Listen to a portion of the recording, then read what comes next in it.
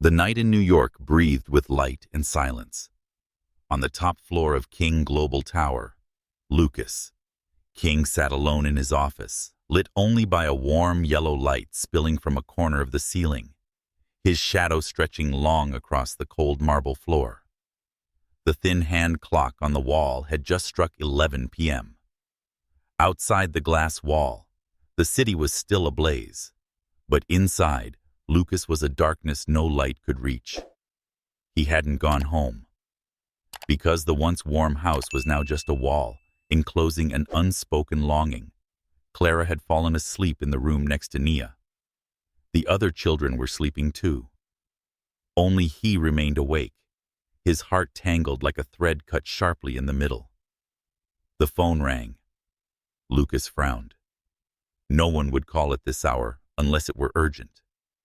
He hesitated before picking up. On the other end, a woman's voice trembled soft and shaky, like the early March wind. "I'm sorry to bother you at this hour. I don't know how much longer I can stay silent." Lucas sat up straight. The number was unfamiliar. The voice didn't sound like anyone he knew, but something in her hesitant tone stirred something deep inside him. "I used to work at St. Miriam, the hospital where your wife gave birth to 9 children 7 years ago." A heavy silence followed. "I just recovered a file, and there was a baby girl who was never taken home." Lucas gripped the phone tightly. Something inside him collapsed. Not anger, but a bone-chilling certainty instinct. The name on the record just says, Baby Girl King. No one came to claim her. No one came back. And I believe she might be one of your children. Lucas's heart skipped a beat. "I've been silent for too long." The woman's voice cracked. "But I don't want that little girl to live her whole life not knowing that someone once waited for her and might have cried countless times for her without even knowing why." The line went dead before Lucas could say a single word. He sat frozen. The sounds of the night seemed to vanish, leaving only the steady, heavy beating in his chest. The next morning, Lucas sat at the kitchen table, where Nia prepared breakfast. Clara was braiding her younger sister's hair. Nia turned around and smiled gently, as if the world hadn't turned upside down the night before. He looked at Nia for a long time. Suddenly he realized he had never dared to ask, was there ever another child born, but never named in our embrace? The story that seemed to have ended with a happy dream in part 2 was in truth only the beginning of another chapter, where truth was not a wound, but a door to a child the world had once forgotten. A child who didn't cry on her first night because no one held her. A child who didn't carry the king's name, had no photo or first birthday cake on the wall. A child who was never brought home. If your heart has ever stumbled over a nameless longing, ever ached for an embrace that never happened, then maybe you'll understand that this journey isn't just about finding a child, but about reclaiming a forgotten memory for an entire family. Leave a comment if you feel that call echoing in your heart. Like this, if you believe that even a child who's never been held can still find a home through love that arrives late. And don't forget to subscribe, because the next chapter will take us into secrets never before revealed. About Lily, the forgotten child, and a truth that could change everything. Morning at the King estate passed like any other day, peaceful, orderly, and complete. The scent of freshly baked pastries drifted out from the kitchen, drawing the children to the breakfast table in cheerful chatter. Laughter echoed everywhere, like rays of early sunshine streaming through the floor-to-ceiling glass windows. But Lucas King didn't laugh. He sat quietly in this corner of the table, his eyes following Nia's every move, the woman who had walked with him through the abyss of doubt and helped rebuild their home from shards. She was still as gentle as ever, still bowing her head to pour milk for the kids, leaning in to wipe a jam stain off the edge of the table with the graceful fullness of a mother. Only now he wasn't sure if they were truly complete. Lucas set his spoon down, stood up, and quietly left the kitchen. No one noticed. He didn't want anyone to notice.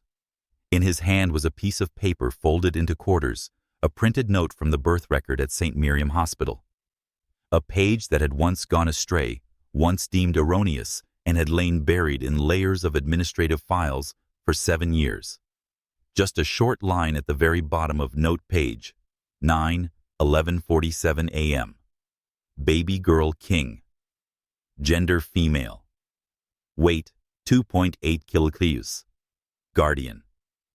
Unconfirmed. Note, transferred to NICU. Due to weak breathing post-birth. Mother unidentified. Emergency C-section. Transferred to another hospital within 12 hours. No family accompanied. Lucas wasn't a doctor, but he was a man who had never missed a detail in the thousands of contracts he'd reviewed throughout his life. And this time, the contract was between him and fate. He knew what he had felt the night before wasn't random. That feeling, the intuition that once jolted him awake the night Clara fell down the stairs. The same intuition pulled him out of a boardroom to rush home just in time to see his wife trembling on the delivery table. And now, it was telling him a child had been left behind. Lucas called St. Miriam. The voice at the front desk hesitated when he mentioned the name Baby Girl King. Birth records from 7 years ago had been stored in microform, and almost no one ever asked about babies who hadn't been claimed. But under the name Lucas King, the kind of name that could make a hospital reopen its archives, the files were sent to his email within hours. He sat in the family library sunlight, slanting through the blinds, casting shadows on a face lined with worry. The PDF file had 42 pages, but Lucas stopped on page 3. Record number 09051A. Internal transfer. Mother's ID unidentified, but birth time matched Nia King's medical records. This newborn had no wrist ID or profile photo, and notably, it was transferred via private ambulance under emergency authorization. Lucas's eyes darkened. His hand clenched the computer mouse. The ID band, the thing every newborn receives to identify their mother, had been omitted. He remembered that day. Nia was exhausted, nearly unconscious after giving birth to 9 babies at once. He only recalled her smiling faintly and asking, "Where are the babies? Are they all here?" He had held her hand, then kissed her forehead and said, "They're all here." But what if they weren't? Lucas pulled his chair closer to the desk and dug into the previous delivery records. He compared the birth times of each of their children against the time recorded for Baby Girl King and found a gap, a perfect 3-minute void between 2 consecutive births. 3 minutes. 3 minutes for a child to vanish into nothingness. That afternoon, he picked up Clara from school. She was laughing with her younger brother. As she ran up to him, she shoved a drawing into his hand, a sunflower garden, and in the center stood a girl with long hair all alone. "Who's this?" Lucas asked, trying to sound casual. Clara tilted her head, furrowing her brow. "I don't know. Maybe someone kind of like. I've seen her before, but I'm unsure if she's real." Lucas nodded, but inside, a thought surged through him like a storm. Maybe somewhere a child is waiting for an answer. I am not asking for anything. I want to know that someone had once called her their daughter, and maybe it was time for Lucas to return to where it all began. The black car quietly stopped before the white-painted iron gate, now dulled with age. A faded sign above it read, St. Miriam, Center for Child Care and Foster Support. A light breeze stirred, making the ivy wrapped around the fence rustle like whispers from the past. Lucas King stepped out of the car. He wasn't wearing a suit. Today he hadn't come as a CEO. No assistant by his side, no documents in hand, no symbol of power, only a heart pounding in his chest. Something entirely foreign to the man he used to be. The orphanage manager was a middle-aged woman with silver-streaked hair neatly pinned up. She recognized him the moment he entered, but didn't ask much. She gestured for him to follow down a long hallway with old wooden floors, still smelling faintly of floor polish and baby formula. "I know why you've come. That little girl has sat by the window daily for 7 years. Every time someone comes in to adopt a child, she doesn't run up, doesn't get hopeful, and doesn't show fear either. She sits there, like she's grown used to being forgotten." Lucas didn't respond. Every step felt twice as heavy. He didn't know what he was about to face. Amid all the doubts, there was only one thing he was sure of. He was about to look into the eyes of a piece of himself, one he had never held in his arms for 7 years. The activity room door opened. Midday sunlight slanted through the window, casting a soft golden hue across the floor.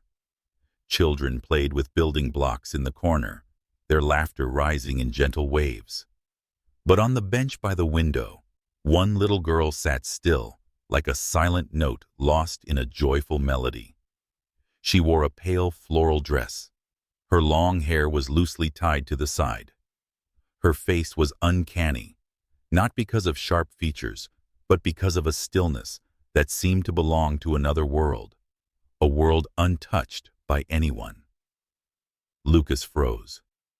The girl's eyes, gray, the color of the sky just before storm, the same color as his eyes when he looked in the mirror each morning.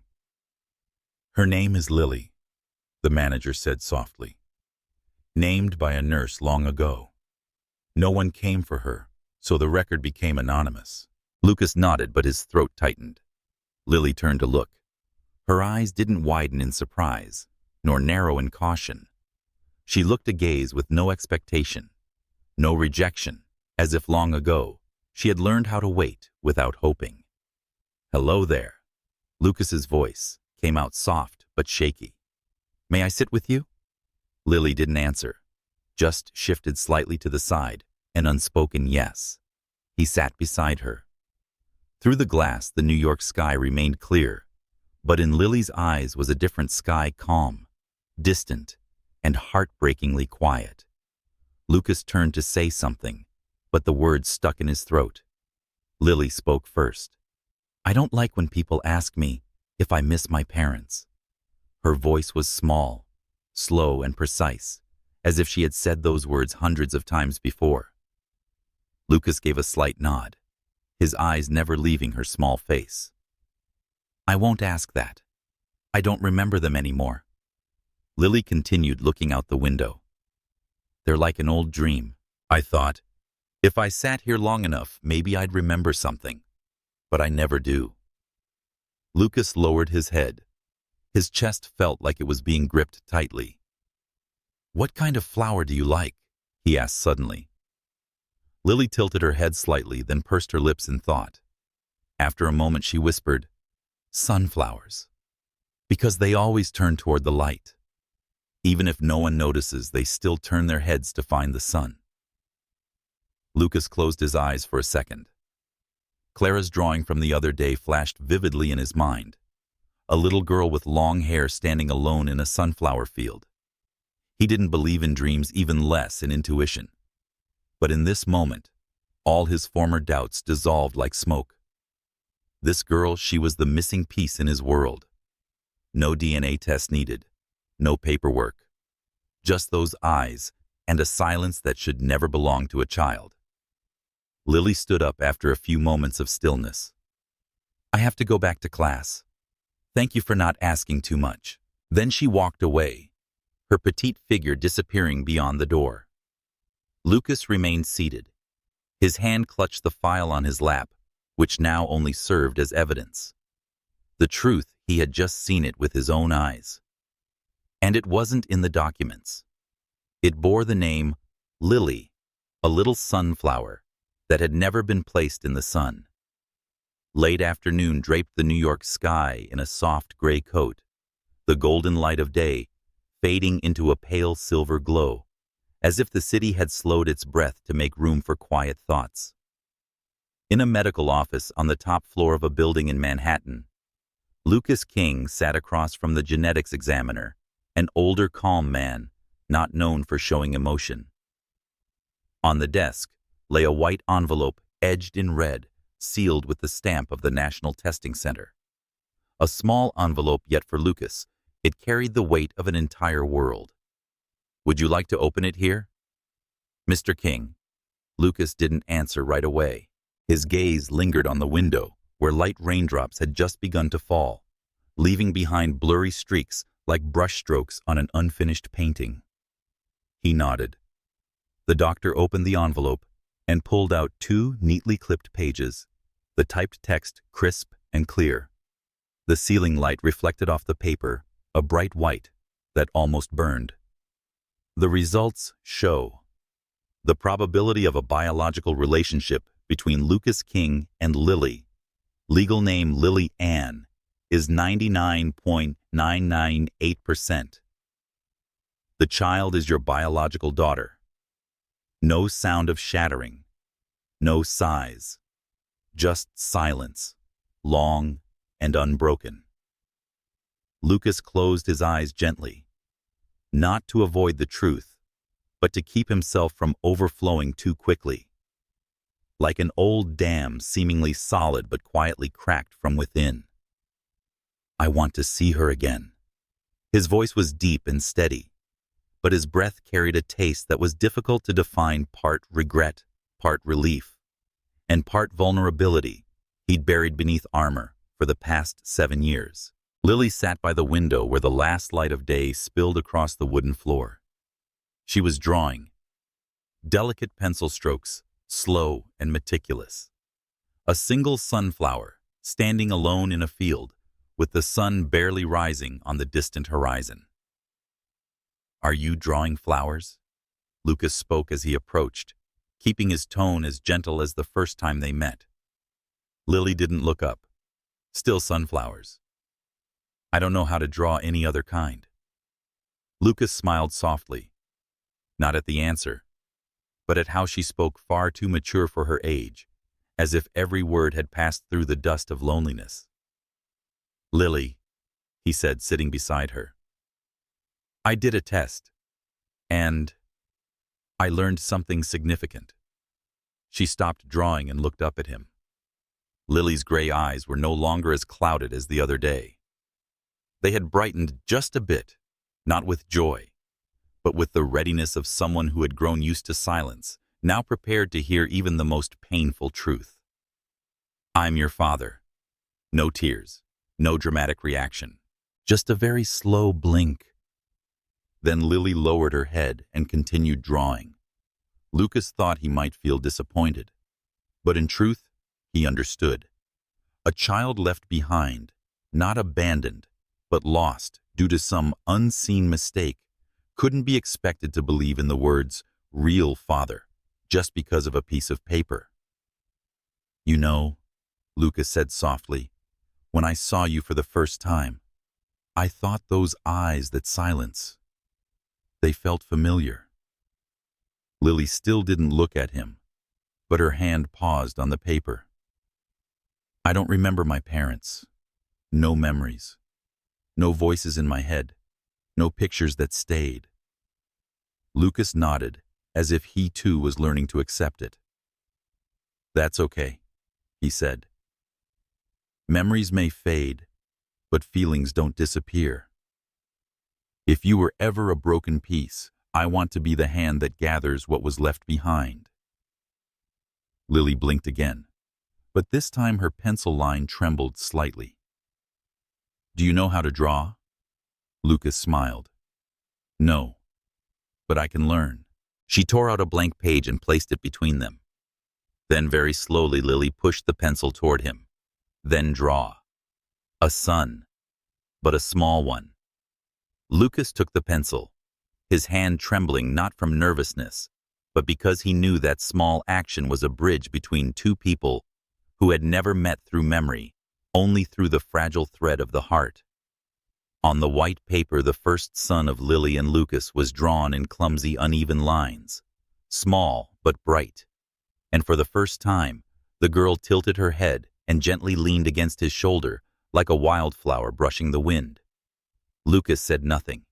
He sat still, letting his shoulder be her resting place. Because he understood, some children don't need someone to lift them from the very beginning. They need someone to sit beside them long enough for them to learn how to trust again. And he was ready to wait, no matter how long it would take. The white mansion shimmered softly under the late afternoon light, where the sound of children echoed across the porch like a wordless symphony.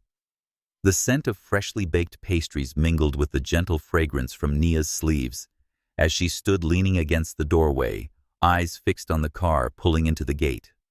Clara sat on the steps hugging a teddy bear. The other children chattered behind her, both curious and excited. The air sparkled with that in-between feeling, half anticipation, half uncertainty, like the moment before unwrapping a gift, unsure whether it would bring wonder or something unfamiliar. The car stopped. Lucas stepped out first, then turned to open the back door. Lily emerged. Her small hand clutched the frayed strap of her backpack tightly. Her gray eyes lit with caution, not fear, but the hesitation of someone unsure where she fits in the picture unfolding before her. Nia stepped forward. Her gaze didn't waver, only softened, complete and steady, like someone seeing a piece of her heart returned after too long a dream. "Welcome home, sweetheart," Nia said, her voice as light as the early spring breeze. Lily didn't reply. She only lowered her head slightly like a pressed flower tucked between the pages of an old book, fragile quiet. Clara stood up and walked closer, her eyes curious but transparent. "Your name's Lily, right?" Lily nodded gently. Clara smiled. "My name's Clara. You used to be my big sister. Now you're my little one. That's funny, huh?" An introduction, both awkward and sweet, but it softened the air. A few other children ran over, circling Lily like little gusts of wind. But Lily remained still like a tender bud, unsure if spring was safe enough to bloom. Lily's room was on the second floor, the window overlooking the rose garden. It had been an empty room, cleaned and prepared by Nia the night before.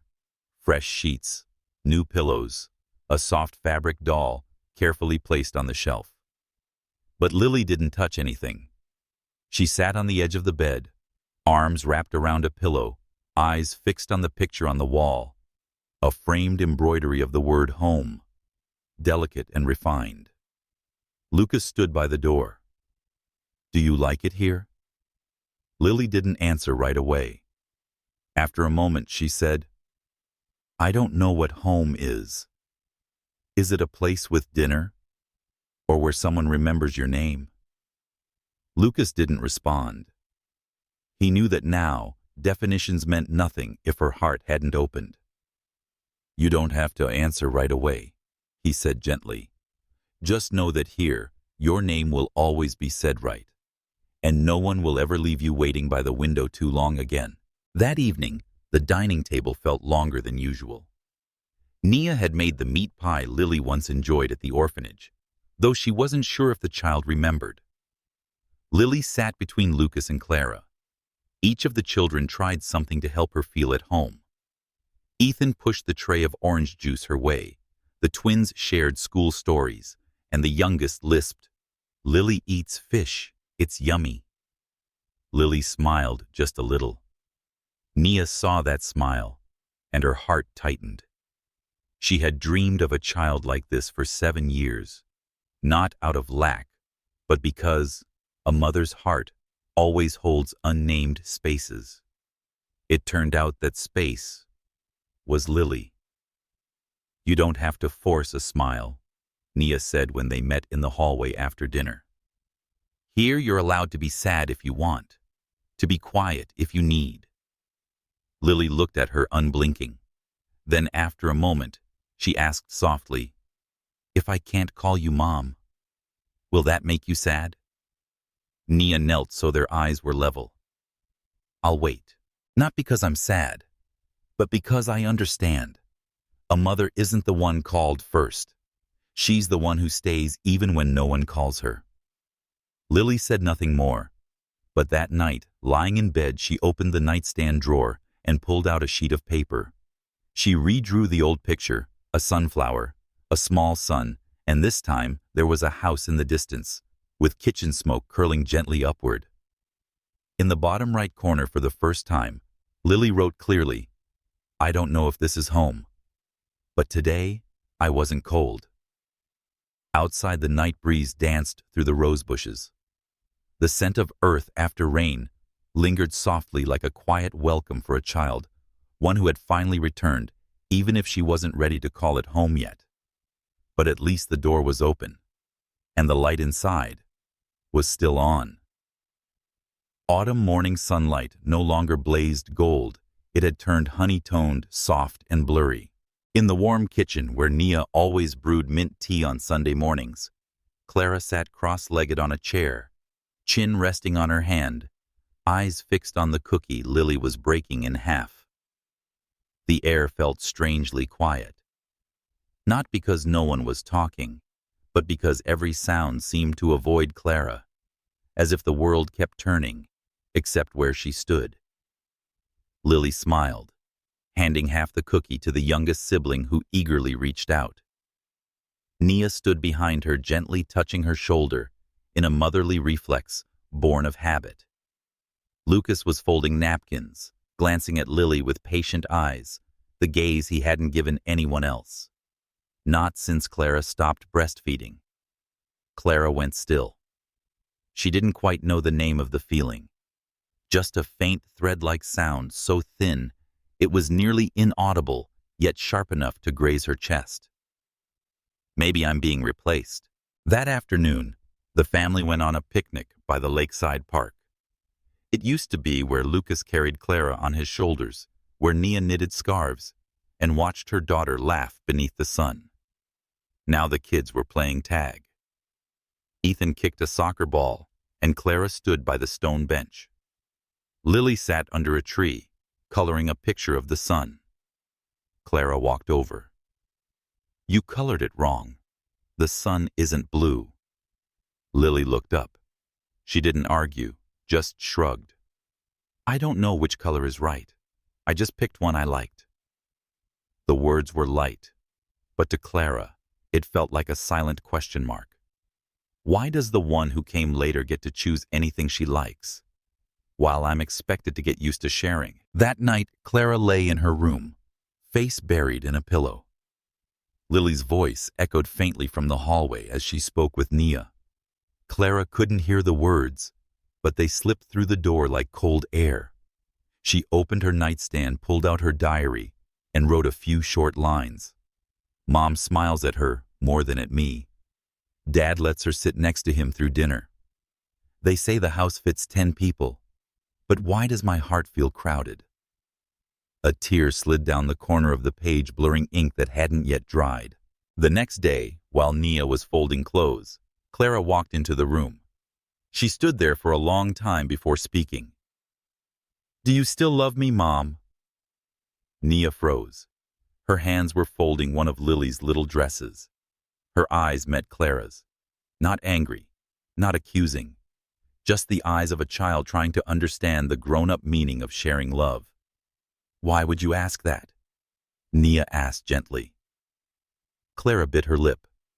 "Because I see you touching her shoulder like you used to touch mine when I was little. Because you asked her if she's tired, like you used to ask me before bed." Nia sat down and opened her arms. Clara leaned in for a hug. It was familiar, but she had grown, and it didn't fit quite the same anymore. Or maybe it was her heart had grown full of unnamed feelings. "I don't love you any less, but I'm learning how to love someone new too. Do you understand?" Clara buried her face in Nia's chest, her voice small and tight. "So, I have to learn how to divide you right." Nia gently hugged her tighter. "No, sweetheart, you don't have to divide, because my heart doesn't have percentages. It just grows. One heartbeat for each person, and you'll always be the first one. That night, Clara went to Lily's room and quietly sat on the chair beside her bed. Lily was reading. She looked over but said nothing. "When I was little, I used to sleep with Mom whenever I caught a cold." Clara whispered, her voice like a winter breeze. "What about you? Did anyone ever hold you?" Lily shook her head, eyes lowered to her book. "I didn't catch a cold. I just felt cold in my chest." But no one noticed.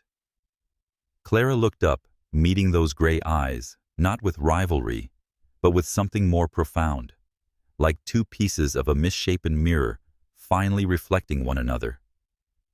"I can be selfish sometimes, but don't think I hate you. I get scared.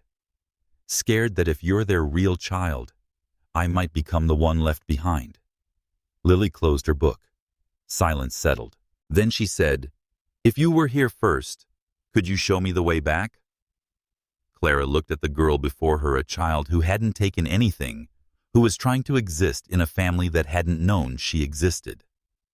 And for the first time, Clara understood.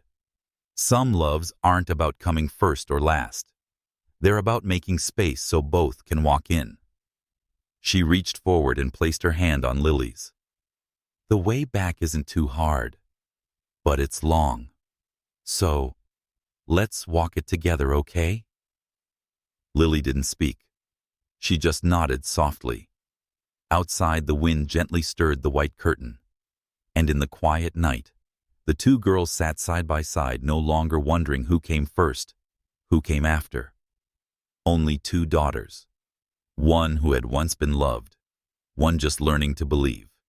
And both were finding their way to a place they could call home.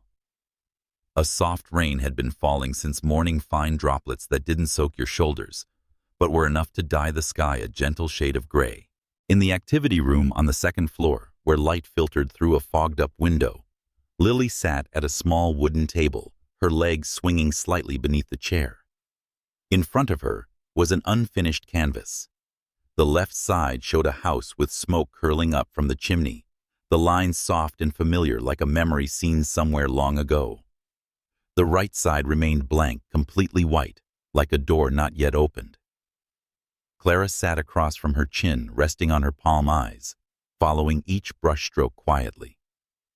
"You don't know what to draw on the other half?" Lily shook her head. "I'm not sure which side I belong to." Clara said nothing. She understood that feeling better than anyone. The hesitation of standing between two places, two names, two roles that didn't align, but all carried one calling: family. "If it were me," Clara said softly, "I'd draw a swing, right in the middle, so I could sway between the two worlds without choosing just one." Lily looked at her, blinking slowly, not out of surprise, but as if recognizing something more profound than words, that some people don't ask what you want, but somehow still understand what you cannot name. That evening, the rain stopped. The post-rain breeze carried the earthy scent of memory, like a fragrance awakened after many days of rest. At dinner, no one spoke of anything heavy, just bits and pieces of school stories, someone grumbling about a bad grade, another bragging about winning a word game. Lily sat quietly as always, but her eyes no longer seemed lost. Nia placed a small extra pastry before her, not saying a word, only smiling gently. Lily pressed her lips together, then slowly slid the treat toward Clara. "I don't eat much. Maybe Mom can give it to you instead." Nia paused briefly, then her gaze softened as she touched Lily's hair. "Here. No one has to give up what's theirs, sweetheart." Lily didn't respond, only nodded. But inside her, a quiet stream began to flow, not because of the pastry, but because she had been called sweetheart for the first time, as if no distance had ever existed. Lucas watched it all. He didn't step in. The man who once measured everything with logic now sat in silence, absorbing the delicate shifts in glances, gestures, and the invisible cracks slowly being filled by something softer than any word's presence. That night, Lucas entered his office, opened a drawer, and pulled out 2 documents, the adoption papers and a name change request. He reread them, each word, brushing places in his heart he hadn't known were there. He could sign them right then, but instead, he set the pen down, folded both pages, and walked upstairs to Lily's room. She was still working on her unfinished painting.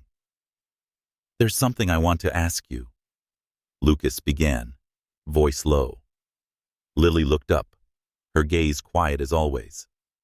"I could sign these, and you'd officially carry the king name.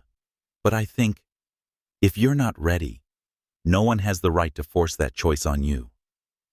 Lily stared at the papers. Her hand gripped the corner of the tablecloth. "If I don't sign, can I still stay?" Lucas smiled, his eyes as soft as the morning mist. "No one gets kicked out here. Only waited for until they're ready to stay."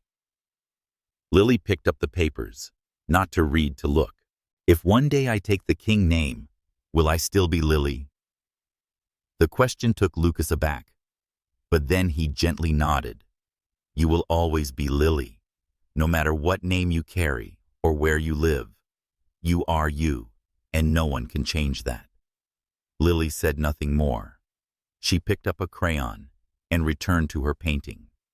This time, the right half was filled with soft purple, the color of twilight. In the center of the canvas, there were 2 houses, one small, one large, and between them hung a swing tied to a gentle willow tree. On the swing sat 2 children. Their faces were indistinct, but their hands were held tightly together. That night, as Nia walked past Lily's room to check if she was asleep, she noticed the warm glow of light spilling softly through the door. When she opened it, she found Lily asleep at the table, head resting on her arm. Beside her was the finished painting, its colors dry. Nia didn't wake her. She pulled a blanket over the child's shoulders, and when her eyes caught the tiny words written in purple ink in the corner of the canvas, she froze for a few seconds. "I'm still learning to call this place home, but my heart already has." Outside, the wind picked up again, but this time it carried no cold. Only the sound of a door quietly opening to let a small heart step in, no key needed. Just silence deep enough to hear the soft beating of something called belonging. A sudden rain began past midnight, not a storm nor a downpour, just the soft, steady tapping on the eaves, like the slow rhythm of sleepless thoughts. In Lily's room, the amber nightlight still glowed. She tossed and turned for the 4th time in less than an hour. Her forehead was hot, her breathing shallow and ragged. Lucas was walking down the hallway when he heard the soft clink of a glass of water tipping off the bedside table. He opened the door and saw Lily sitting up, soaked in sweat, cheeks, flushed red eyes, glassy and disoriented. "Lily." He rushed over and placed his hand on her forehead. "You've got a fever. Don't worry. I'm here." Lily opened her eyes, but couldn't focus. In her delirium, she whispered something that struck Lucas deep. "Mom, please don't leave me again." A short sentence, but like a cold blade slicing through the most vulnerable part of a man who once believed himself strong. Not because of the word leave, but because Mom wasn't meant for Nia, or anyone in particular. It was a plea from a child once left behind, with no one ever returning.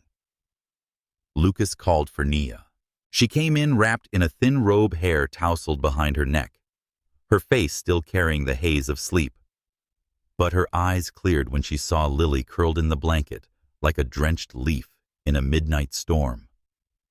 "Let me take care of her." Nia sat beside the bed, gently wiping Lily's forehead with a damp cloth. Her touch was so tender, it left no mark at all. She didn't speak, didn't ask questions. She was just there like an open door, quietly offering shelter again. Lily finally drifted off near dawn, though her forehead still radiated warmth. Nia stayed by her side all night, her hand never leaving the small wrist. Lucas stood in the doorway, eyes fixed on the scene before him. In that moment, he understood some bonds don't need years to build, just one moment of being needed. And Lily had called, even if only in a dream. When Lily woke up the next morning, sunlight poured through the window like honey spilling across white fabric. She opened her eyes to find herself still cradled in someone's arms. It was Nia, dozing her head, leaning on the adjacent pillow, her hand resting gently on Lily's wrist, as if afraid that letting go might cause the child to vanish. Lily stirred. Nia awoke instantly. "Are you feeling better?" Lily nodded slightly, but said nothing. Nia began to pull her hand away, and Lily held on, for the first time, not for protection, not out of fear, to hold, like a child reaching for something long lost, now finally within grasp, if only for a moment. At lunch, no one mentioned Lily's fever. The kids chatted as usual, avoiding talk of the rainy night so she wouldn't feel embarrassed. But Lucas was quieter than usual, not because he was worried, but because he was thinking. After the meal, while everyone was scattered to their rooms, he called Lily into the small library where he kept old keepsakes, wedding photos, the kids' birthday cards, and the model boat Ethan had built when he was 5. Lily entered a little nervous. Lucas sat in the armchair by the window and motioned to the seat across from him. "Have a seat. I want to talk to you." Lily sat hesitantly, hands folded in her lap. Lucas took a deep breath.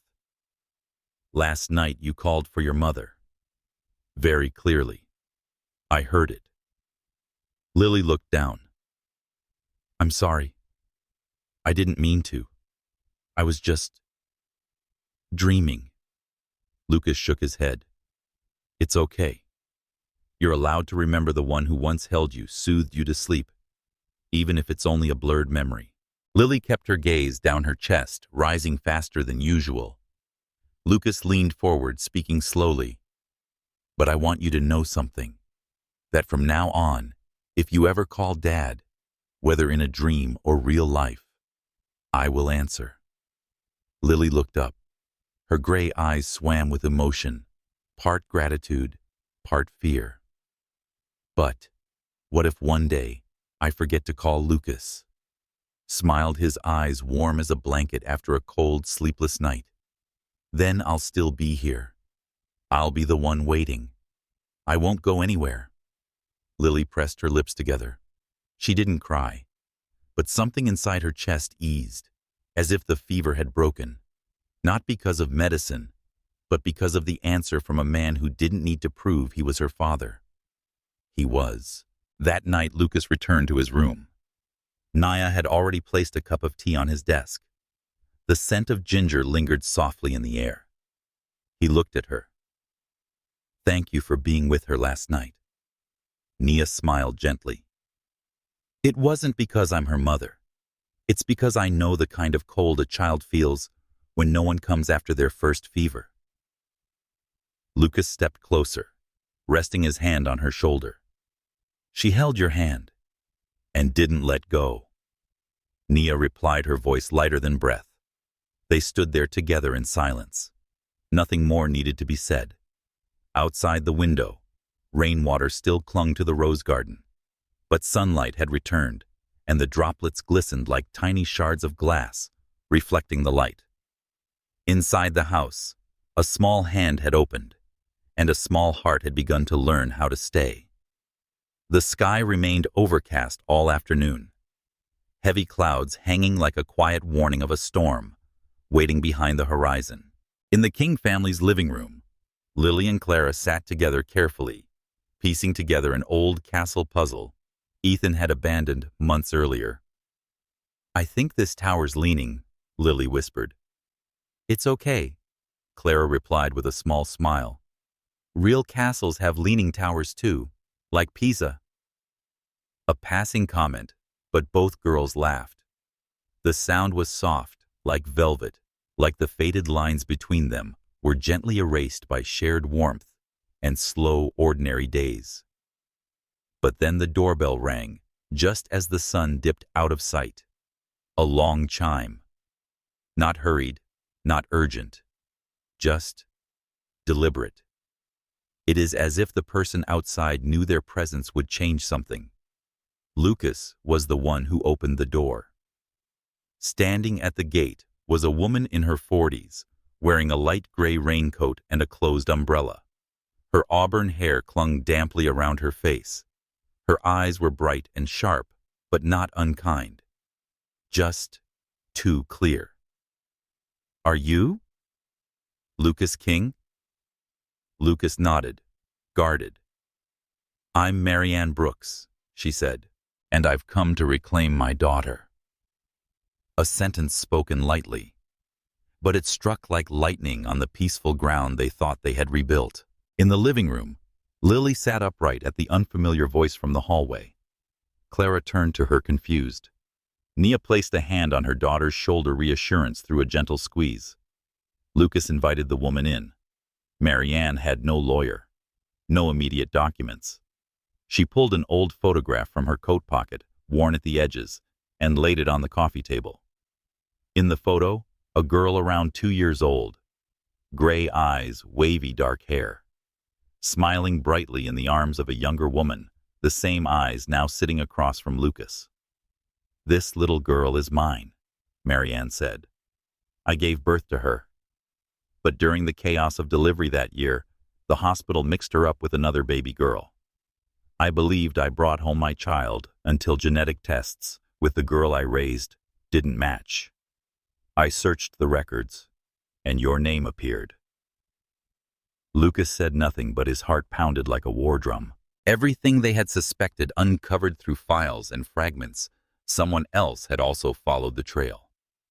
And now, standing in his doorway, was a woman, carrying the same grief, from the opposite direction. Nia spoke up, her voice steady but tight. What do you plan to do? Marianne met her eyes. Not angry, only weary. The exhaustion of a mother who had wandered too far, unsure if she was even allowed to return. I'm not here to take anyone away. I need to know if she's mine by blood. Lucas exhaled slowly. He turned to Lily. She still sat beside Clara, her face, pale lips tightly pressed. You heard everything, didn't you? He asked. Lily nodded. I'm scared, she whispered. If she's my mom, then this place won't be home anymore. Clara gripped her hand tighter. Lucas walked over and knelt to meet Lily at eye level. You have the right to know the truth, and you also have the right to decide where you belong. I won't pressure you, but I'll be beside you every step of the way. The next day, the test was done. No one spoke much on the way to the clinic. Marianne sat silently, hands clutched around her purse. Lucas never took his eyes off Lily, watching every delicate breath she took. After the blood draw, Lily turned to Marianne. There was a pause. Then she asked, Did you ever sing me lullabies? Marianne blinked, then shook her head gently. I never had the chance. Lily nodded slightly. I don't remember anyone singing, but I do remember. One time I had a fever, and someone kept their hand on my forehead all night. They never left. Marianne lowered her gaze, said nothing. Lucas stood behind them, his chest tightening like a fist around his heart. The results would take 2 days, and the entire house was wrapped in gray stillness during those 2 days. The kids still went to school, but laughter came with caution. Clara spoke less. Nia often stood quietly at Lily's door. As for Lucas, he spent more time in the library, sometimes just staring at the framed picture of Lily's swing between the 2 houses. No one asked Lily how she felt, not because they didn't care, but because they were afraid. afraid that her answer might be something no one was ready to hear. On the second night, Lily entered Lucas's room just before bed. "Do you think I'll have to leave?" Lucas sat beside her on the bed, voice low. "I don't know what will happen, but I do know you have the right to stay, because you're not just blood. You're a choice this heart already made." Lily nodded quietly. "I want to be chosen too. Not because I'm biologically someone's child, but because someone sees me just as I am and still chooses me." Lucas pulled her close, and for the first time, Lily leaned into his chest on her own. And for the first time, she whispered, "If there are two people who could be Mom, can I choose one to call and one to be thankful for? Is that okay, Dad?" Lucas closed his eyes. "Yes. I think that's how you're growing beyond all of us." Outside, rain fell again. But this time it wasn't sudden. It wasn't cold. It was a needed rain, so that a field recently seeded with hope could begin to bloom before the morning came, and tomorrow the truth would arrive. But love, maybe had already been there long before the papers could say a word. That morning, clouds still hung heavily overhead, but no rain fell. The air seemed to harden into a clear glass wall between people. Everyone could see each other, but no one dared to reach across. Lucas went to the testing center alone. Nia had offered to go with him, but he had shaken his head. "If it's the worst-case scenario, I need to know first, so you don't have to witness it." On the table lay a sealed white envelope, still and unassuming. But to Lucas, it was a sentence that might take away the child who had stirred his heart. A child who had never truly been his, and now possibly had to be returned to fate. The nurse gave a polite smile as she handed him the envelope. "All the information is inside, sir." Lucas didn't open it right away. He walked along the back path of the center, where rows of maple trees were already turning amber. His footsteps on the stone walkway echoed like a soft knocking on his chest. He sat on a wooden bench by the lake and opened the envelope. Result 99.997% probability of biological relationship between Lily Ann Brooks and Mary Ann Brooks. He closed his eyes, not out of shock. A part of him had already been prepared. But no preparation is enough for the moment something precious slips through your fingers, even if only on paper. That afternoon, Lucas sat in the library. The result lay openly on the table, not hidden, not flipped. Lily walked in. She moved as always, light on her feet, steady-eyed, with a voice soft enough to make people stop what they were doing. "You got the result?" Lucas nodded. "Yes." Lily stepped closer, her eyes grazing the bold printed words. She didn't cry. She wasn't afraid. She went still, like someone had closed a door that had always been left slightly ajar in her heart. "So, I'm not your daughter." Lucas looked up at her. "No, you weren't born of my flesh and blood, but that doesn't mean you're not my daughter." Lily sat across from him, tracing little circles on the wooden tabletop with her finger. "I feel like I've been lost this whole time, and now it turns out I was." Lucas didn't argue. He quietly extended his hand. Lily looked at it. She didn't take it, but she didn't push it away either. "If I choose to stay," she whispered, "then who am I in this house? A guest? A stranger being pitied?" Lucas shook his head. "You are a choice, a gift. No one here pities you, Lily. They love you, not out of duty, but because their hearts couldn't do otherwise." That evening, Mary Ann came to the house. She sat in the living room. No lawyer, no grand gestures. She looked tired, but her eyes still held the fierce light of a mother unwilling to lose her child a second time. "I have the legal right. The paperwork is in my hands." Lucas nodded. "I know, but Lily is not a document. She is a heart, and that heart deserves to choose where it feels like home." For the first time, Mary Ann's eyes wavered. "You're asking a child to choose between the woman who gave her life and the people who have only known her for a few weeks." That's when Nia entered. "We're not asking her to choose. We're here if she turns around and looks back. That's all." Mary Ann said nothing. That night, Lily sat by the window. Clara came to sit beside her. If I leave, Lily said, will you hate me? Clara looked at her for a long while. No, but I'll miss you. And if you go, I'll message you every night, even if you never reply. Lily smiled. Do you think I should go? Clara stayed quiet, then softly shook her head. You shouldn't go because you think you have to. You should only go if your heart wants to. The next morning, Lily asked to meet with all three adults, Lucas, Nia, and Marianne. She wore a white dress, her hair neatly tied, and in her hand was a new drawing. It showed a large tree, its roots splitting into two soil types, one dry and cracked, one soft and rich. But the tree still stood tall, and nestled in its branches was a bird's nest. I'm the tree, Lily said. One half of my roots is Mother Marianne. I know that.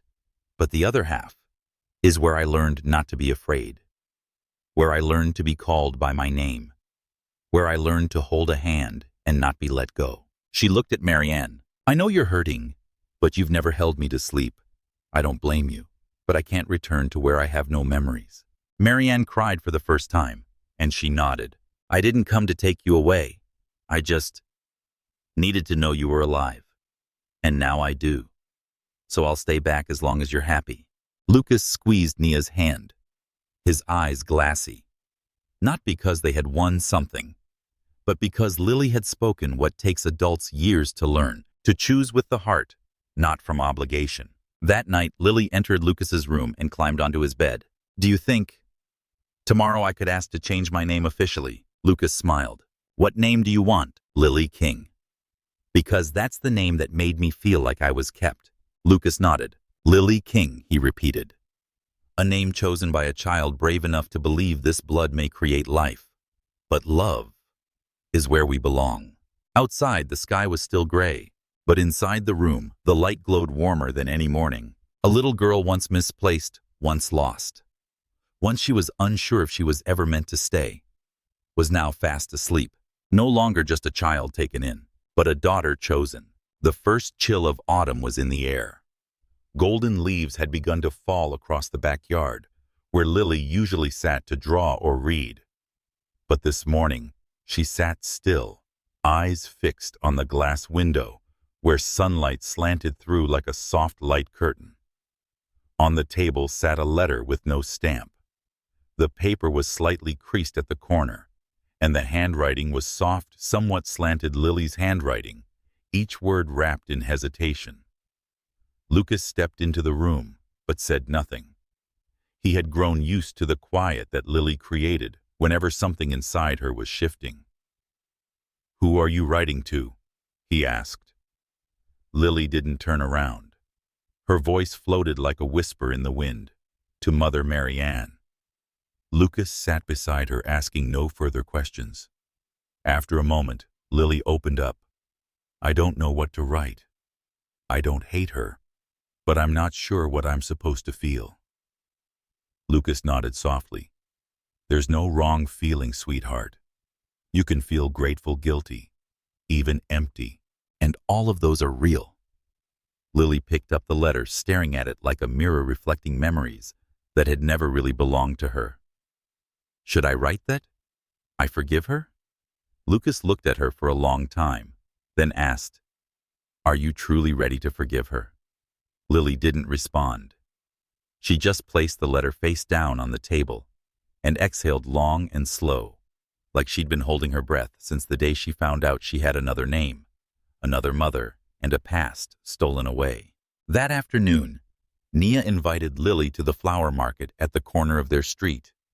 Along the way, she didn't mention Marianne or the letter. She just told Lily about the first time she took Clara flower shopping, when Clara was so small, she confused lavender with basil. Lily smiled faintly.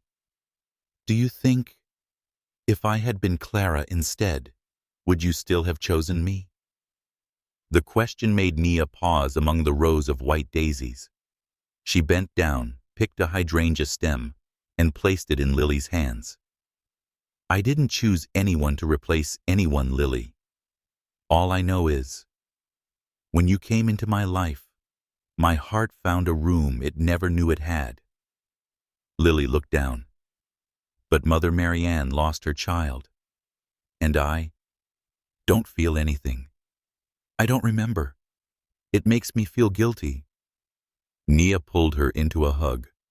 Some children are chosen to carry things no one should have to, but that doesn't make it your fault. You only need to live true to what you feel. That night, Marianne texted to ask for one last meeting with Lily before returning to her home state. Not to reclaim custody, only to see the daughter she once lost, as a mother who missed her first chance. Lucas let Lily decide. The next morning they met in the backyard, where the grass was soft as velvet and the sky was spotless blue. Marianne sat in a wicker chair, her eyes not daring to linger on Lily too long. I'm sorry I came too late, not just by days but by years. I wasn't there when you needed lullabies, when you had your first fever, or when you learned to write your name. Lily sat in the chair opposite her. She didn't move closer, but she didn't pull away. I don't blame you. I just don't know what to call you. Marianne swallowed hard, her eyes stinging. You don't have to call me anything. I'll understand. Lily offered a soft smile, like sunlight slipping through the leaves. I wrote a letter, but I never sent it, because I thought, if I'm going to say I forgive you, I have to know what I'm forgiving. Marianne nodded. I haven't forgiven myself yet either, but I'm here, to try if you'll let me. They sat in silence. The breeze rustled through the trees, carrying the scent of lavender from yesterday's flower basket still sitting on the stone table. That afternoon, when Marianne left, Lily didn't run after her. But from her bedroom window upstairs, she watched the woman walk along the stone path, golden leaves drifting around her. Lily didn't wave, but she placed the old letter on the desk and began writing a new one. The first line didn't mention forgiveness, nor did it say mother. Just 3 words in slightly slanted ink: I have grown. And maybe just that. It was the beginning of healing, for the one who stayed, and the one who had to walk away with empty hands. That night, Clara snuck into Lily's room and sat beside her bed. You okay? Lily nodded. I don't feel like a misfit anymore. Clara raised her brows. Because you know this is home. Lily smiled. Because I know, even if I don't call anyone mom or dad out loud, my heart has found a place to rest, and no one needs permission to love me. Outside, the moon had risen bright and full, casting its glow through the window like an invisible embrace. In the darkness, the 2 girls fell asleep beside each other. No promises, no labels. Because sometimes, family is something you feel, not something you define. Over the weekend, Lucas decided to take the whole family out of the city for a day. Not to a luxury resort, not on a mountain picnic. He wanted to bring them to a special place, the rose field on the outskirts, which he once purchased to raise funds for orphaned children. He hadn't returned there since Lily came into their lives. It's just a field, he said when the kids asked. But it can silence you with the most beautiful thing in the world: simplicity. The car rolled out into the morning mist. Lily sat in the middle row between Clara and Ethan, her head resting gently against the window. She didn't say much, but a quiet excitement shimmered in her gray eyes once dulled by cold uncertainty. Nia sat beside Lucas, her hand locked tightly in his. Now and then she glanced back at the children chattering behind them. Her eyes lingered longer on Lily, as if she still couldn't believe this moment was real, that someone who was once a dream was now part of their waking life. When the car came to a stop, the rose field unfurled before them like a painting made of light. Blooms were everywhere, heirloom rose bushes standing shoulder high, blush pink, blended with soft pastels dotted with white petals like the season's first snowflakes. The air was oddly still. The only sounds were wind brushing through blossoms and footsteps pressing into the soft, velvet-like soil. Lily stood still for a long while. They're so beautiful, and don't need anyone to see them." Lucas smiled, placing a hand on her shoulder. Some beauty doesn't need applause, just the chance to exist in the right place at the right time. Lily bent down, inhaling deeply. The scent wasn't overwhelming, but light and clean, like a memory she never had, but could somehow feel. It seeped into her skin, as if awakening something quietly buried. While the kids ran wild through the fields, Clara invited Lily to help her set up a small tent, using the white fabric they'd brought. They laid down a picnic blanket, fluffed the pillows, and set out a basket of fruit and cookies Nia had prepared. "Do you like it here?" Clara asked. Lily nodded. "Here. I don't have to try to be happy." Such a simple sentence. Yet Clara froze for a moment, because she knew happiness had never come naturally to Lily. It had once been something Lily had to fake, guess at, tiptoe around. But now, she felt it for real, like sunlight slipping through leaves without effort or permission. As the afternoon wore on, the whole family gathered on the blanket in the middle of the field, playing a game of most embarrassing childhood moment. Lucas told how his mother once caught him wearing his pants backward to school. Ethan shared the time he fell into the fish tank at the supermarket. Clara recalled falling asleep during a school recital mid-dance. Then it was Lily's turn. She was quiet for a moment. "I don't have many memories," she said softly. "But I remember once being punished for stealing a cookie. I didn't eat it. I just hid it in my drawer, because I wanted something to call mine." Lucas stilled. His eyes dimmed slightly. "Do you still have it?" Lily nodded. "It went bad. But I kept the wrapper, because it was the first time I felt chosen, even if it was the wrong kind of choice." No one laughed. No one asked more. They sat there, letting their hearts soften to the fragile truth of a child who had once been misdelivered like a forgotten parcel, and had learned to survive by holding on to anything that resembled belonging. As the sun set, spilling gold across every petal, Lily wandered alone toward the tallest rose bushes. Lucas followed, but didn't call to her. He just stood still behind her. "Do you know what I'm thinking?" she asked. Lily shook her head slowly. "I'm thinking, if I were still Lily Brooks, not Lily King, would the flowers still bloom this way?" Lucas smiled softly, eyes gazing forward. "Names don't stop roses from blooming, and you're no different. Who you are doesn't need proof. You deserve to stand in this field just because you are." Lily looked up, her eyes glistening. "I want to be remembered, not because I was switched, but because I stopped hiding." Lucas knelt, opening his arms. "Then from now on, just be Lily, no last name needed. Just heart, because that's what keeps you here." Lily stepped forward and wrapped her arms around him, not a hesitant hug, but the embrace of a child who now knew she wasn't here by invitation. She was here by choice. On the way home, Lily fell asleep on Clara's shoulder. In her dream, she saw herself running through the rose field. No one is calling her. No one was holding her hand. And yet she wasn't afraid. Because in that dream, no one told her whose child she was. No one asked her to prove anything. Only the wind whispered gently in her ear, "You were kept. Not because someone needed you, but because you deserved to be." And sometimes, that's all it takes to begin a new life. Not built on the past, nor promises of the future. Just one peaceful day, in a field of roses, and a name whispered with nothing but love. Ever since returning from the rose field, Lily had grown unusually quiet. Not sad, not distant, but she began to withdraw into moments that had once felt wide open. At breakfast, she no longer fought over scones with Clara.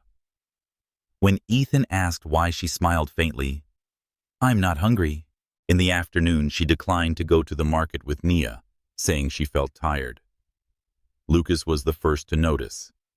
He'd seen that radiant smile on Lily's face in the middle of the rose field. He'd heard her call out, "Dad, the flowers are so beautiful," with a voice so clear, so unguarded. But now, something inside her had shut softly, subtly, but enough for someone perceptive to feel it, as if she were hiding a question she hadn't dared to ask. That night, Lucas knocked on Lily's door. "Can I come in?" She nodded without turning around. She was sitting on the floor, rearranging the puzzle pieces of the unfinished castle set. Lucas sat across from her. "Want to tell me about this castle?" Lily looked up, lips pressed tight. "I think the little girl in the puzzle doesn't belong there. She just wandered in by accident, and the people in the castle were kind enough not to send her away." Lucas paused. "Are you talking about yourself?" Lily didn't answer right away. Then softly she said, "I'm afraid one day the castle will wake up and realize I don't belong. And when that happens, everything I have will disappear." Lucas took a deep breath. He had hoped Lily would feel safe, but now he understood. For children who've once been dropped, happiness is not a destination.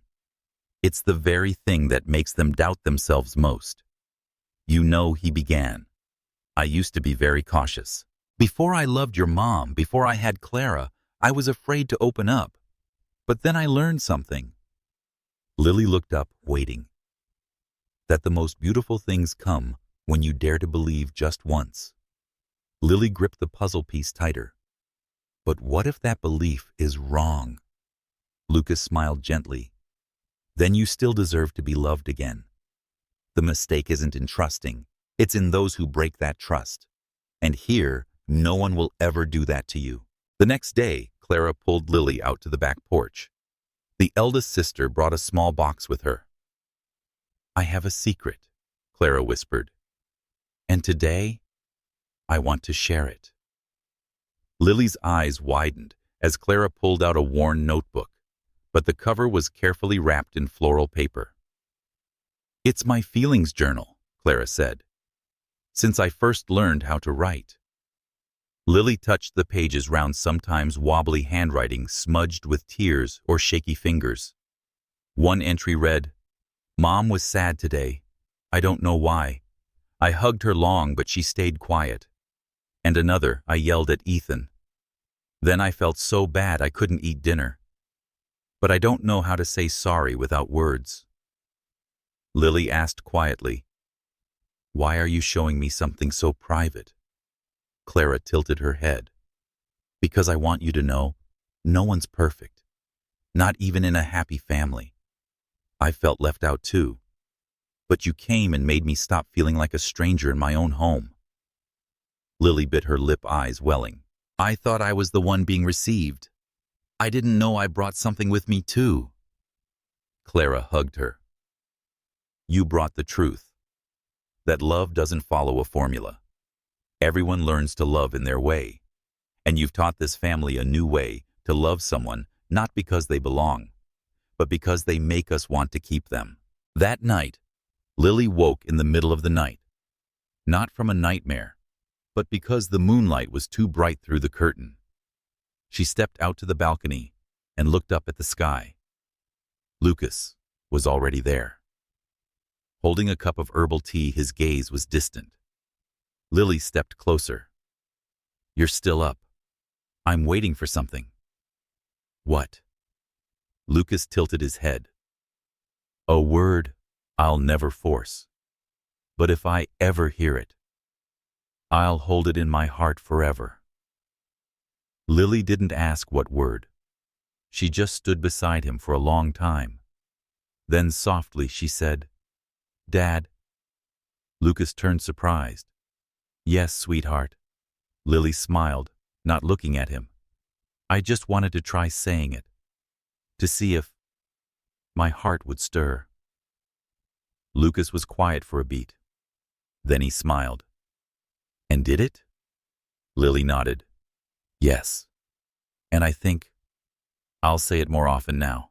Under the moonlight, their shadows stretched side by side across the tiled floor, linked unbroken. No blood, no legal bond.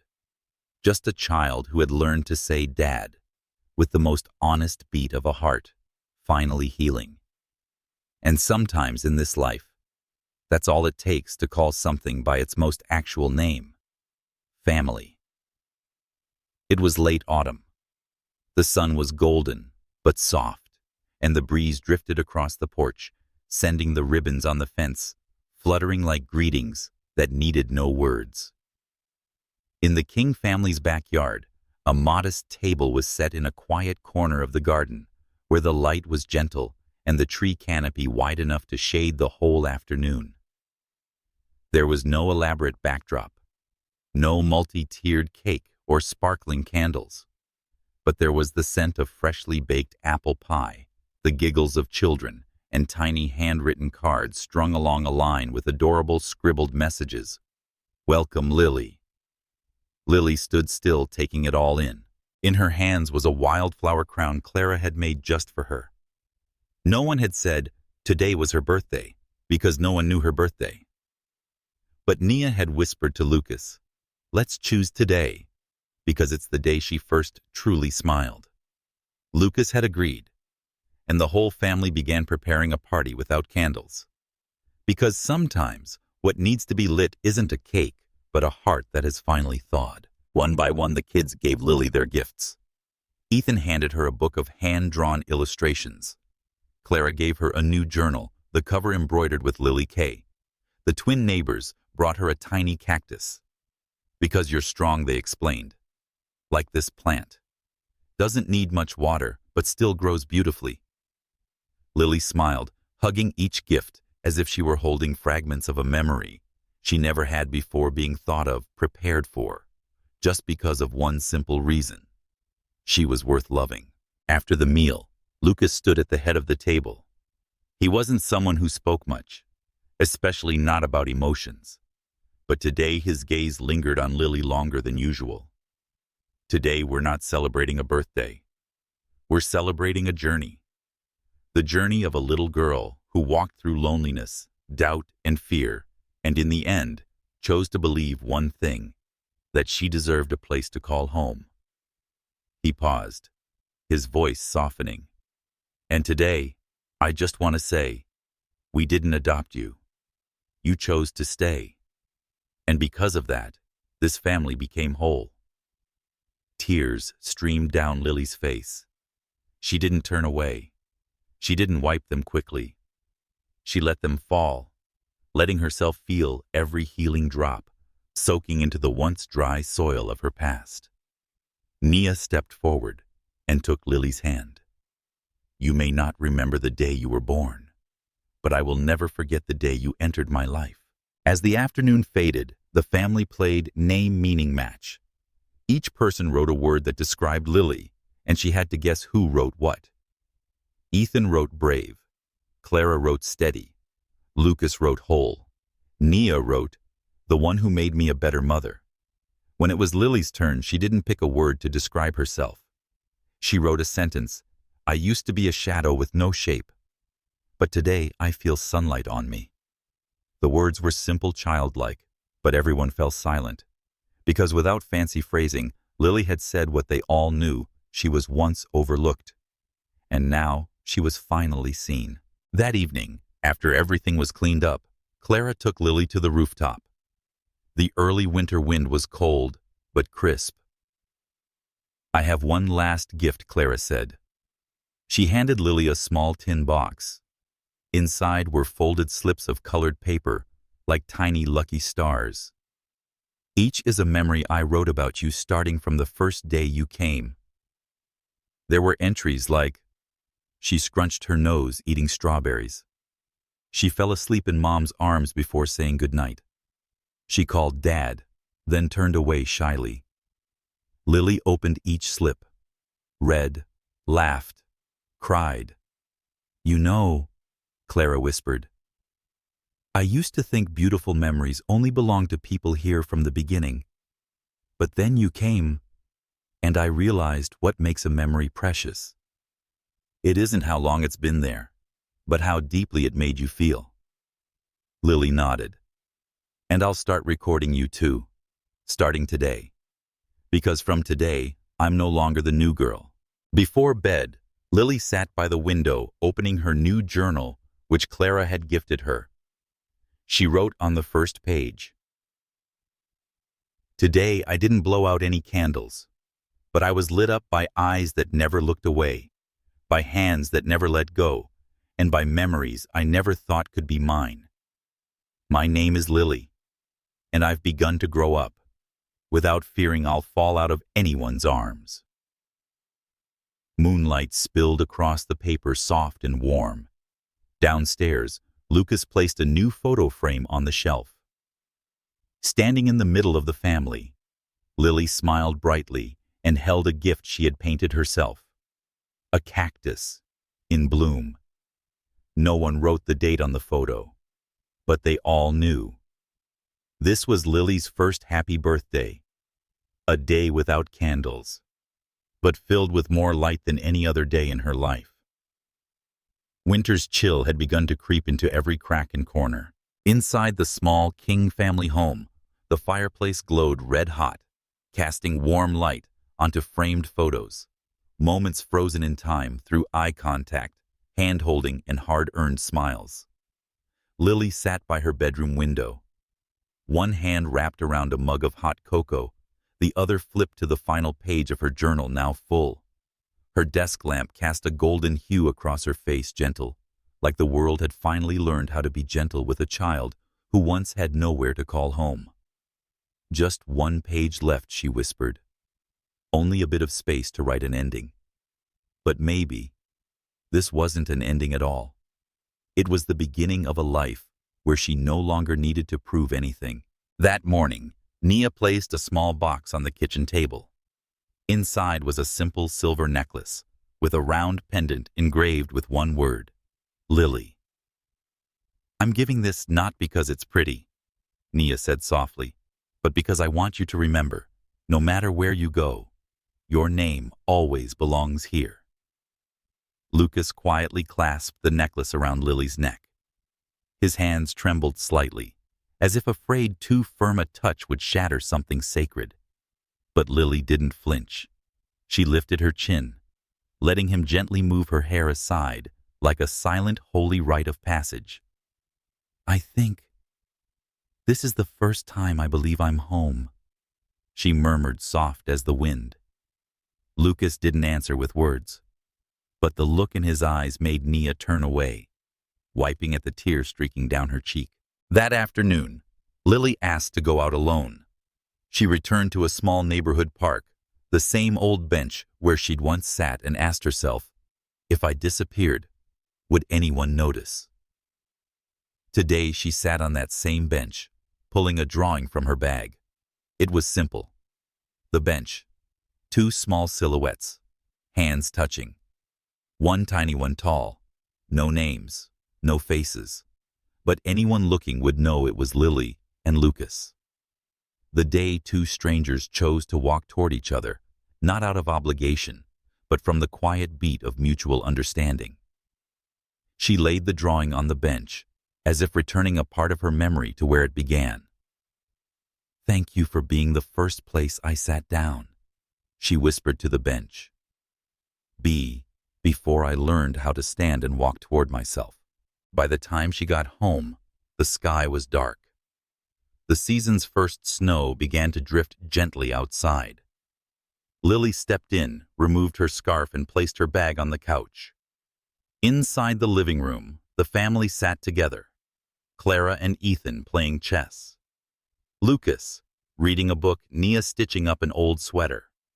It was so peaceful and ordinary that her chest swelled with warmth. "I have something to say," Lily said aloud. Everyone looked up, waiting. She opened her journal to the last page.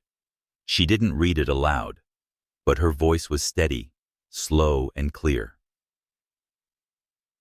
"I used to think I was just someone who got kept, but now I know I'm someone who got chosen.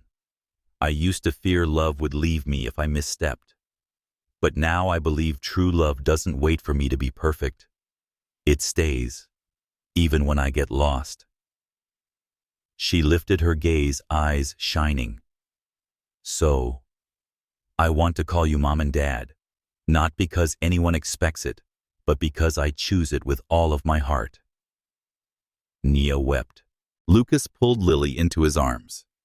No one said a word, but everyone understood.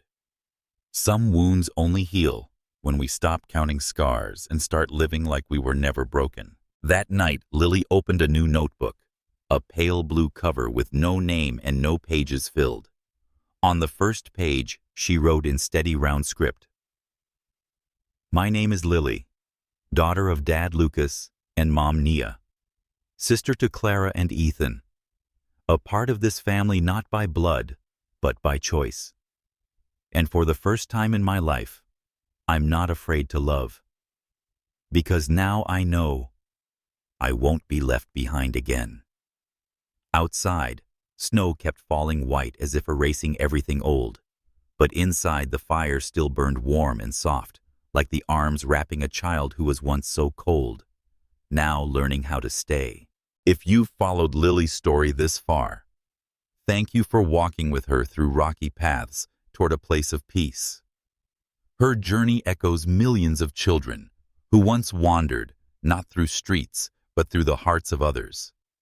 If this story touched something in you, please like, comment with your thoughts, and subscribe to the channel, where love always finds its way home.